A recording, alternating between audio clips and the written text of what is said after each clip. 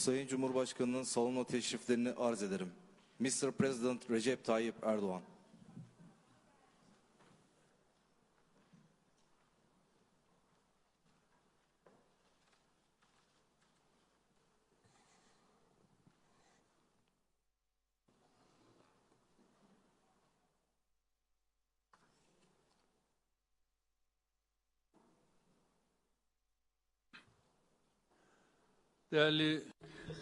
Distinguished members of the press, respectable ladies and gentlemen, I would like to salute you all with my most heartfelt emotions and with respect. We have just concluded the Vilnius Summit program with the session of the NATO-Ukraine Council.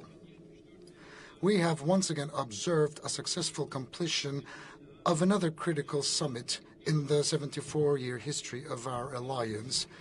And in the success of our summit, of course, right next to other factors, the hospitality of our host became quite significant. That's why I would like to take this opportunity to thank all the Lithuanian authorities, primarily my dear friend, President Nausėdas.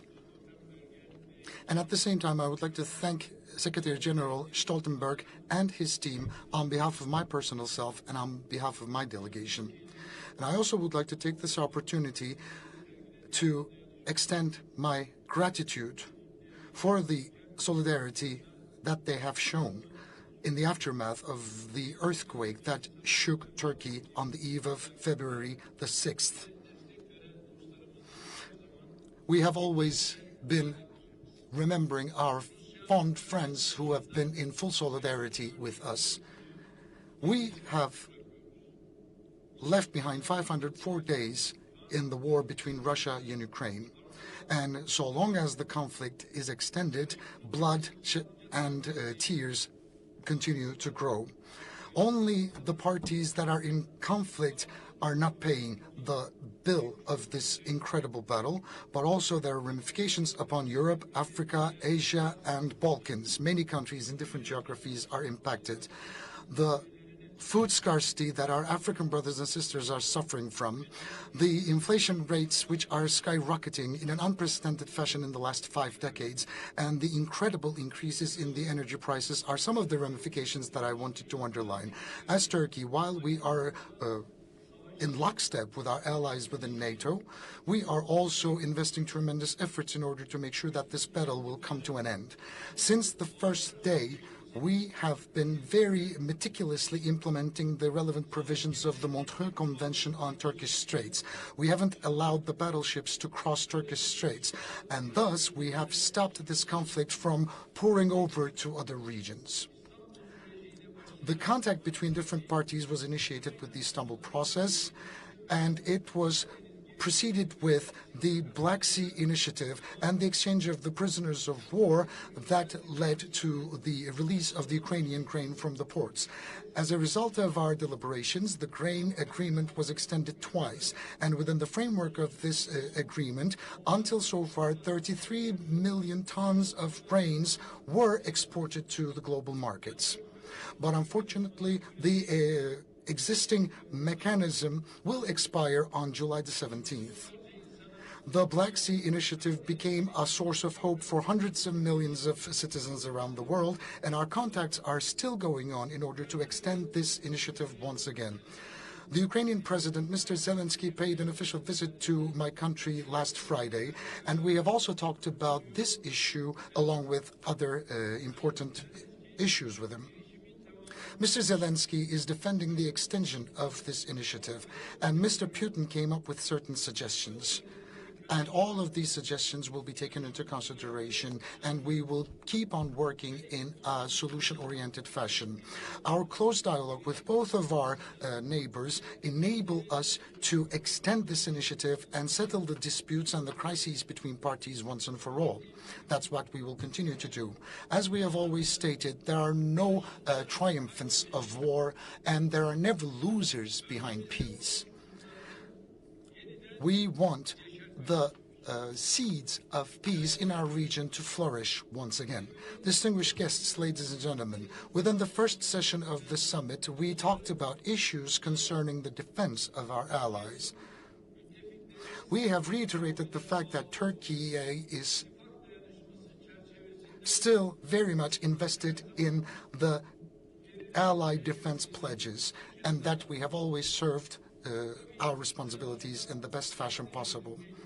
Of course, solidarity is not a concern for us all, but it is an issue that has to be internalized by all of our allies. The spirit of solidarity has to be our guiding light.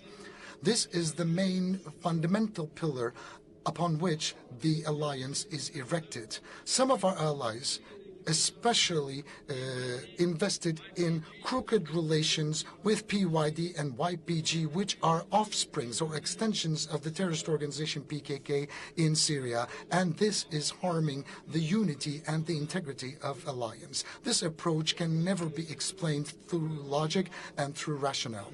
Despite the pain that we have been suffering for many decades, it is thought-provoking that we are still discussing, debating about these issues for what they are when it comes to fighting terrorism sincerely. I think it's a shame that we are still launching an appeal to our allies not to make a discrimination between terrorist organizations and to keep on fighting Islamophobia and animosity against Islam. NATO appears to understand terrorism or fighting terrorism as one of the two fundamental threats imposed upon us. That's why NATO has to increase its efforts in fighting terrorism. We have been fighting a terrorist organization for the last 4 decades, and thousands of our citizens were lost in our fight against terrorism and as a result of their bloody attacks.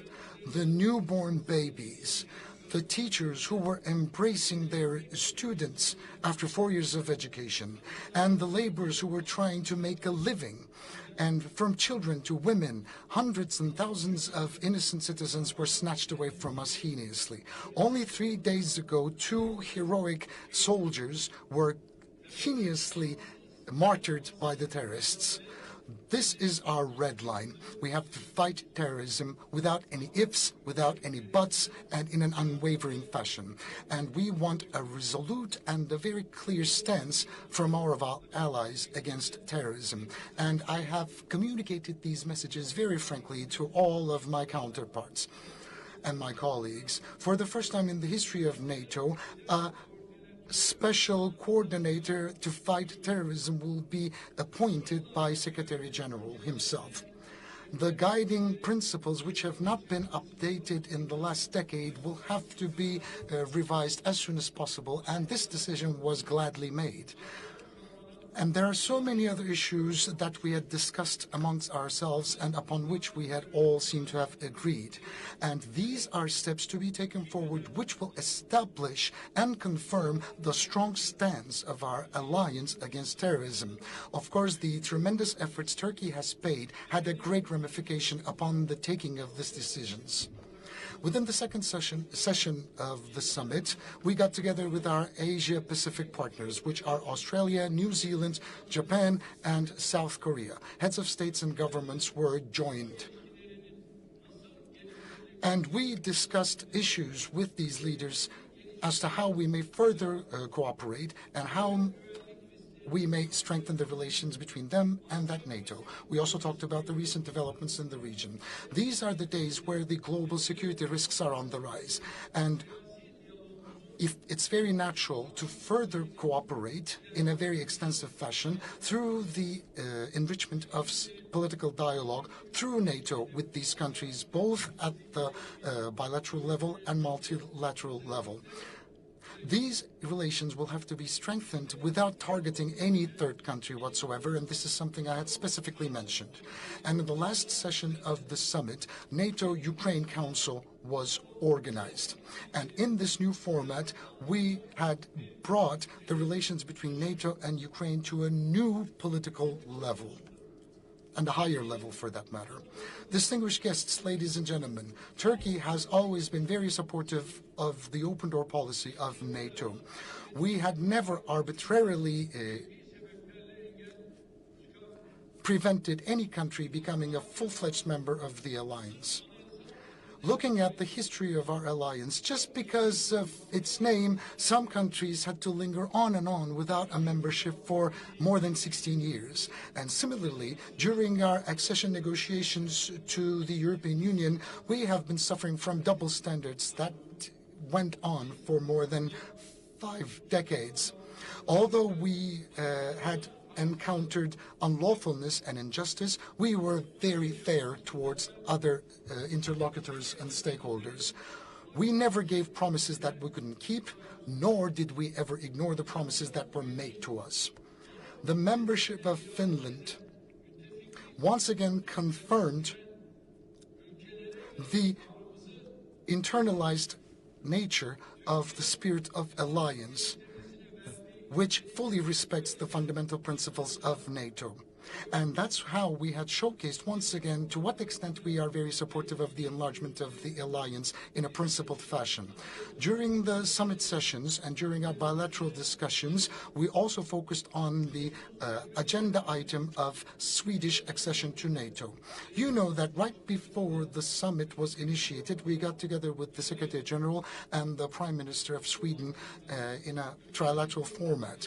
In this meeting, we openly discussed the expectations of our country. We also focused on the principles registered within the trilateral memorandum, and we also elaborated upon the current situation of Sweden in terms of fulfilling its pledges.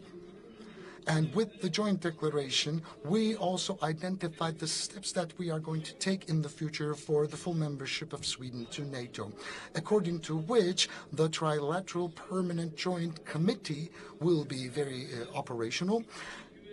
We are also going to increase our cooperation fighting terrorism as a result of the bilateral security mechanism that was established at the level of ministers.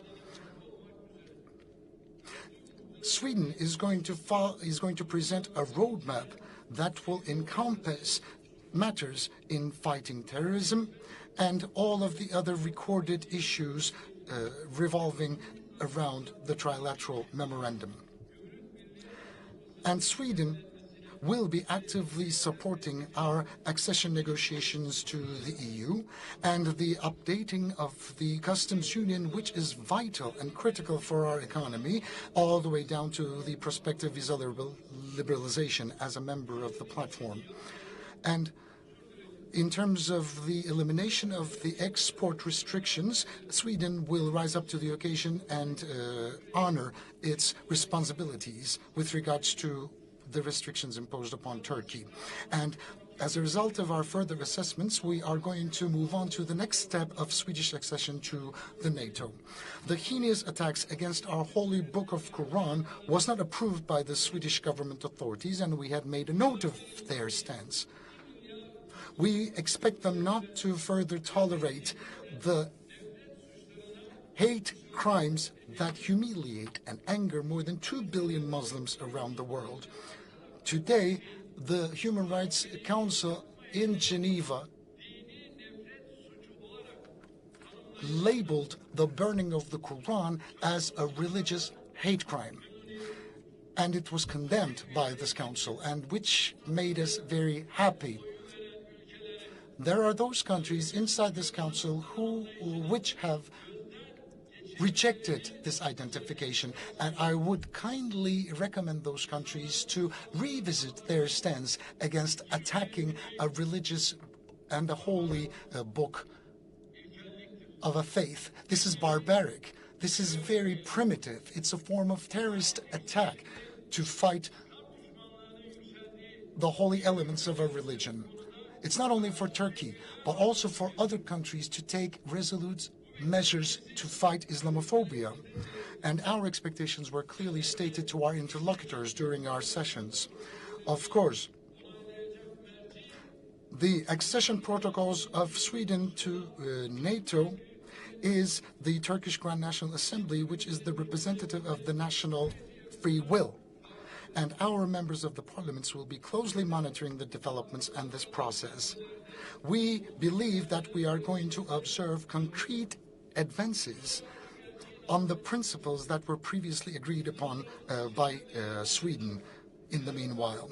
And I would like to underline one more fact. Inside our borders or outside borders, all of the impacts imposed upon the terrorist organization from a political, from a military, diplomatic, or lawful point of view is going to be a great gain for our country, and it's going to be a meaningful reward for us. Turkey is very sensitive about this, and praising terrorism, praising terrorist organizations, and not fighting terrorist organizations is unacceptable. And it's going to be very difficult for these terrorist organizations to roam freely on the streets of European countries after this commitment, the collective commitment of our friends. The sensitivities of Turkey showcase clearly that the PKK threat is becoming more of a malignant tumor in the European communities. And I believe the experiences of Sweden will become exemplary for the other countries. One of the most important outputs of NATO, right next to the increasing of the deterrence factor of NATO, is the commitment to fight against terrorism and to support us in the eventual European Union membership of our country, and the elimination of the export restrictions upon Turkey. And I believe this platform is going to be instrumental in the making up of new decisions. We hope and pray that with the leaps forward, we are going to strengthen this platform more and more, and we will be rewarded more. As all of the parties, we will keep on defending the interests of our country in every platform in a very resolute and a committed fashion, and we will protect the rights of our citizens. We are going to increase the role and the weight of Turkey and the efficiency of Turkey in every aspect possible in the future. Distinguished guests, ladies and gentlemen, within the margin of the summit, I've had the opportunity and the privilege to get together with many heads of states and governments. On Monday, we got together with Secretary General and the Swedish Prime Minister within the framework of the trilateral mechanism. We also got together with Mr. Michel of the EU Council. We got together with President of France, Mr. Macron. We got together with the British Prime Minister, Mr. Sunak, Prime Minister of Canada, Mr. Trudeau, Madame Meloni, the Prime Minister of Italy, Chancellor Scholz of Germany, and Mr. Joe Biden, the President of the United States of America. We got together with Prime Minister Sanchez of Spain, which is the term president of the EU at the time. We got together with the Dutch Prime Minister, Mr. Rutte, the Prime Minister of Greece, Mitsotakis, Mr. Edi Rama of Albania. We got together with von der Leyen from the EU Commission. And we've also had very effective bilateral discussions and deliberations with all of my dear friends and colleagues. We also had pull-aside meetings with many leaders from around the world. We talked about our bilateral relations, and we also focused on our cooperation within the framework of NATO with these leaders. While I'm concluding my remarks, I would like to once again thank the Lithuanian President, Mr. Nausėda, and the Secretary General of NATO, Mr. Stoltenberg, for being such gracious and successful hosts for the summit. I'm thanking them on behalf of myself and on behalf of my nation. I hope and pray that the Vilnius summit results will be the most auspicious, and I would like to salute you all with love and respect once again. Thank you.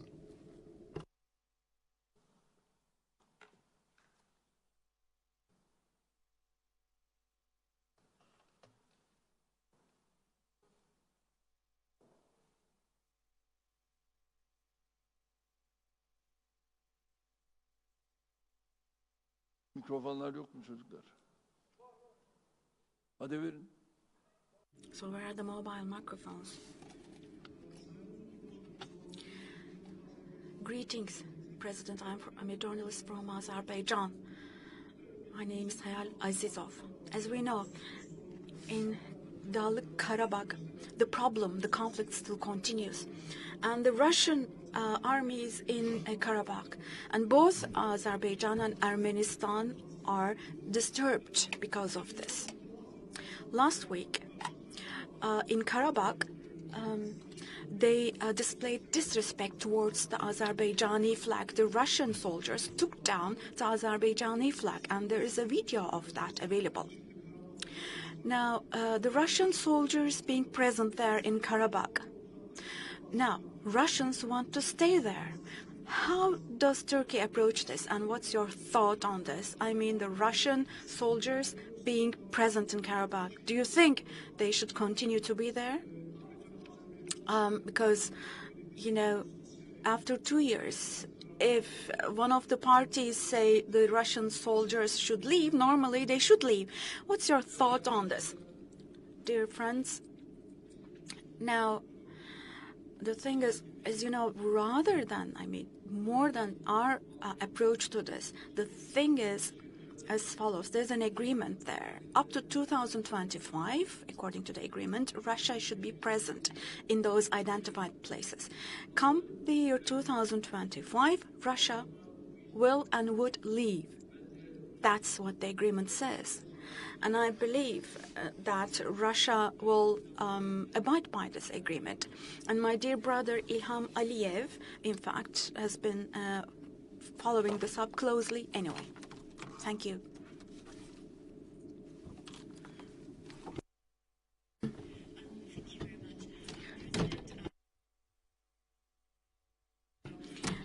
Here, speculation that perhaps during a future negotiation between Russia and Ukraine, you could be the negotiator. And I was wondering if you are considering taking such a role if conditions allow. Thank you.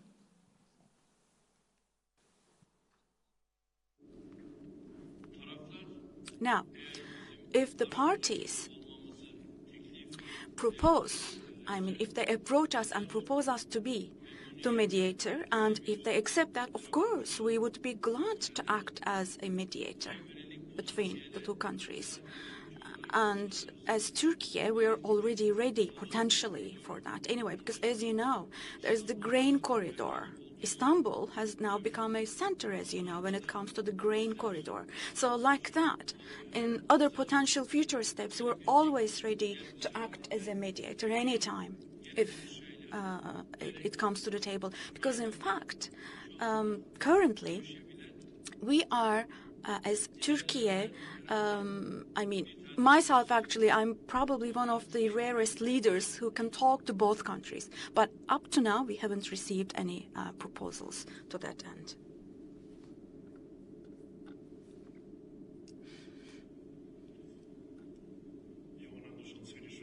Mr. President, as the President surely understands, Sweden is wondering about timetable for the ratification of the Swedish NATO membership. When, what day, or month, week will it happen? Some colleagues in your country are talking about October month. Is that true? And what still remains before you're going to have a vote of a Swedish membership in the parliament? Are we talking about something else, other new requirements? You just talked about the roadmap against terrorism.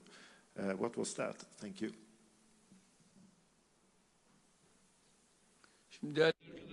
Now, dear friends, currently there is already a roadmap that exists.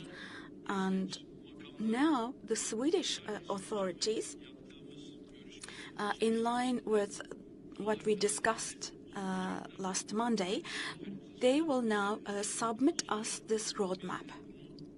And following that, we will take that roadmap up and we will submit it to our parliament. Because Monday evening we came up with a draft, and that draft includes 7 articles, 7 bullet points, and we will send it to our parliament. Currently, the Turkish parliament is not in session. Once the parliament reopens for sessions, I believe the Speaker of our Parliament will, of course, put this on top of, as one of the top priorities on his agenda. Of course, it's the Turkish Parliament who is the #1 authority of ratification. After that, it will come to me for approval. And we will make sure, of course, that we will closely follow this up. Of course, we would like to see this process be completed as soon as possible.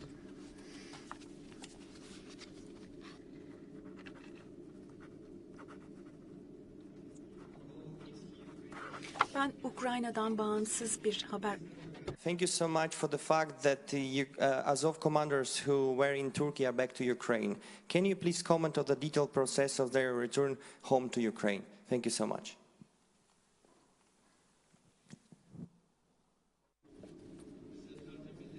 Well, you, I'm sure, know it better than I do. From now on, it's up to President Zelensky. They received these commanders already and they took them back to Ukraine. And the rest is up to them.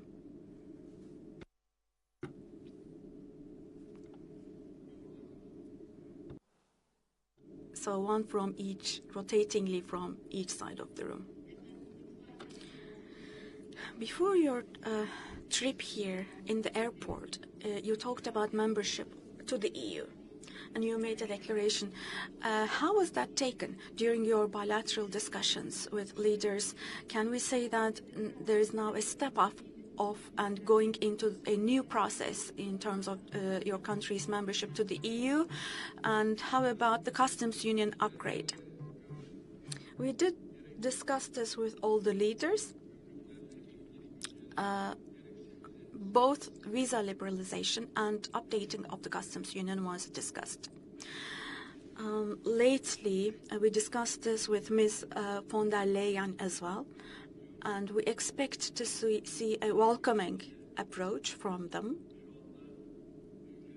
And currently, Mr. Çağatay, my relevant embassy, is following this up, and I hope during the discussions to take place in Brussels tomorrow, this will be taken up again.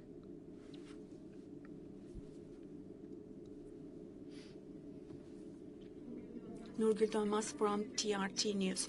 During the summit, you had many bilateral meetings. Yesterday, you met with Joe Biden of the US, and the meeting took more than an hour.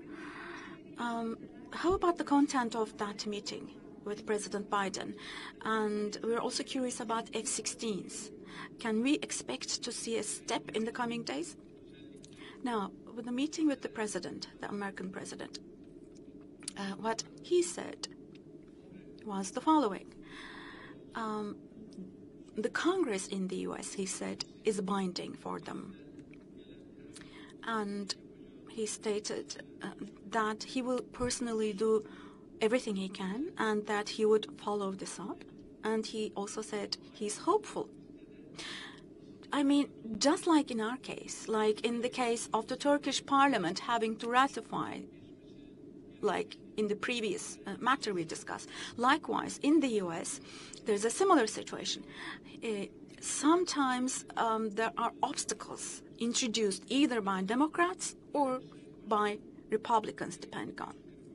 But both the President and the Secretary of State in the US will follow this up. This is what we've been told.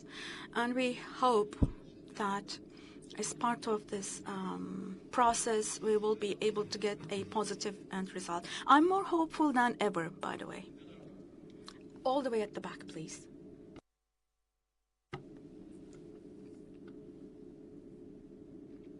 Microphone, please. Mr. Erdogan, you give the Sweden approval to join NATO.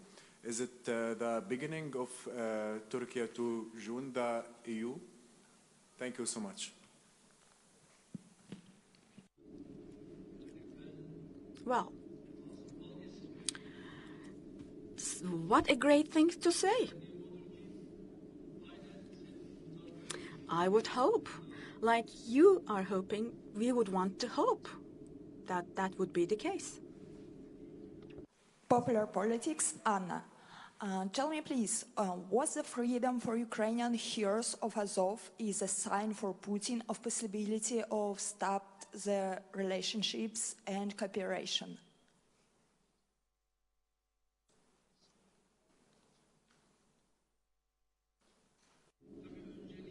Now, first of all, of course, this happened at the end of a discussion between Ukraine and Russia, initially. And then it came to our table. And up to the point until last Friday, we hosted these Azov commanders. And after that, we received this request, and actually, we thought we should come up with a positive approach to this whole matter. And what we did was we gave back these, surrendered these 6 Azov commanders. Of course, first, Russia made some statements, declarations. But later on, they found out about certain things, and eventually it turned into a positive pathway. Within August,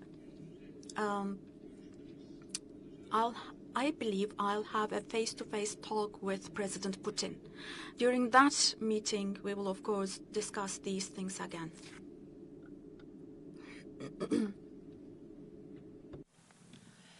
President Erdogan, I'm from the Swedish newspaper Dagens Nyheter. I wonder if you could say something more about the Swedish accession processes. What do you believe, would it be in October that the Turkish parliament can make this decision? Now, currently the parliament is in summer break for 2 months. We cannot reopen the parliament during these 2 months because there are many international conventions on the agenda and table of the parliament. There are many draft laws which need to be discussed by the parliament. So the parliament will need to come up with a prioritization of these agenda items for its deliberations. But of course, as far as possible, our target is to be able to do this as soon as possible.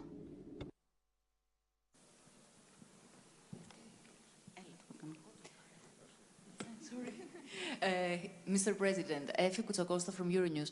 I want to ask you regarding the F-16 follow-up. As you said, the process in the Congress is binding. But are you ready to accept the modernization and delivery of these F-16 fighter jets, even if the Congress insists on strict conditions, namely Turkey abstaining from future aggression against neighboring countries, like Greece or Cyprus? And a second question, if I may, when it comes to the EU, before you come to Vilnius, you mentioned the accession process of your country. What kind of reforms are you planning to do in order to revive these talks long stalled over concerns for democracy, rule of law and human rights? Thank you.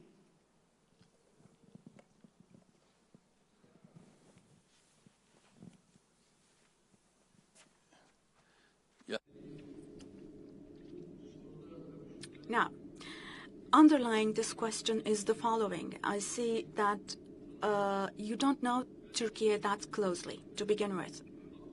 When it comes to democracy and rights and freedoms, Turkey doesn't have problems. Now,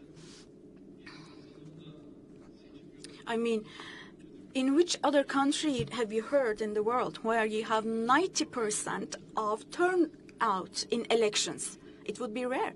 But look at our most recent elections. We had 88% turnout.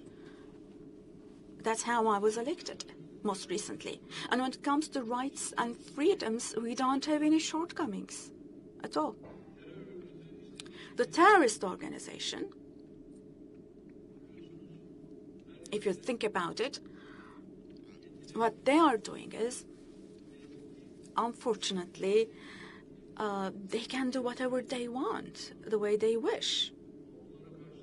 And of course, the state is supposed to do what it is supposed to do as a state vis-à-vis those. Now, about Greece and Cyprus. Though F-16s being bound, now, I had talks with Mitsotakis today. We don't have an intention of having enemies or acquiring enemies. Erdogan's target is not to increase enemies. Erdogan's target is always to increase friends. That's my ultimate goal, always. And this is what I have always done. This is what we have always done so far.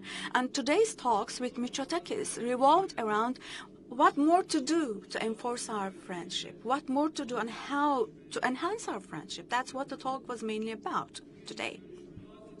And today's meetings with him was, in fact, as if a rebuilding of or relaying of a foundation for friendship between us.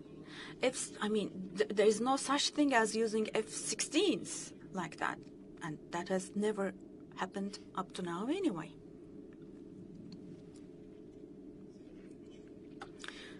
President, I'm from Anadolu Agency. In international media, Turkey's trilateral meeting is mentioned, and the international media says one coverage says when it comes to sanctions being removed and when it comes to counterterrorism, Turkey has got what it wanted to. What do you think about this? Well, this is great, of course, but what we want to see is actual implementation of what we wanted to get. Well, if we see the actual de facto implementation of those pledges, we would, of course, share those with the media, including the Turkish media. We would want to, of course, actually see the implementations. Because, as you know, today, for politicians particularly, everything is built on self-interest. So the more self-interest is acquired, the more successful politicians see themselves, let's face it.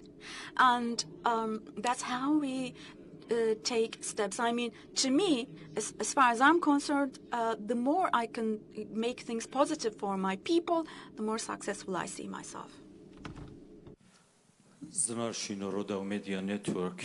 Mr. President, it's a good opportunity for me to ask you a question who's related to your neighbors, not related to the summit here. Is Turkey going to resume the oil shipment from the Kurdistan region of Iraq? And until now, lots of us don't know what is the issue, where is the problem. It's Baghdad, it's Ankara, or they need to be negotiation once again. Thank you.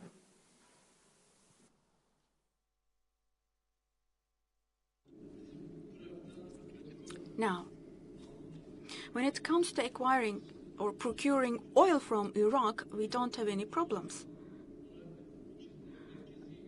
This is entirely something which is between the central authority. It's a problem between the central authority in Iraq and the Kurdish administration within Iraq. My teams are following this up. And the step we have taken is follows.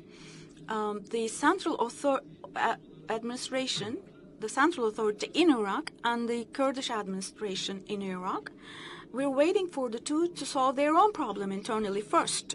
We do favor the pipelines to be opened up because as far as we're concerned, it would be a win-win for both parties.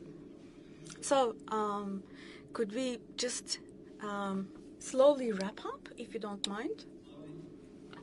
The blue, please. Natalia from the Catalan news agency. I wanted to ask you about the meeting with the Spanish President, Pedro Sánchez. I wanted to know if you are satisfied with his promise to help you on the accession talks.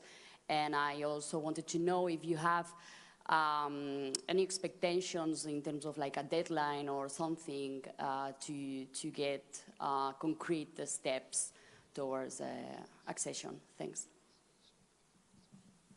Sanchez, benim tabii Sanchez is a good friend of mine, and I really, really like him. And I don't want to get involved in the internal affairs of Spain, but I think in the next 2 weeks, as the elections will be held, I would like to wish him the best of luck and best of success. And in the defense industry, we have been enjoying a close cooperation. And with Spain, you are probably aware of the fact that we have built an aircraft carrier, and potentially we are going to build yet another one. And there will be certain joint steps with regards to the Airbuses. So the term presidency of Spain, thus that of Sanchez, I'm expecting support. And he has announced that he was going to be very supportive. And on behalf of my personal self, and in the presence of Sanchez, I would like to extend my greatest gratitude, love, and respect of my people to the Spanish people and the Spanish government. Thank you. Please excuse me, and good night and good evening. May you remain in health.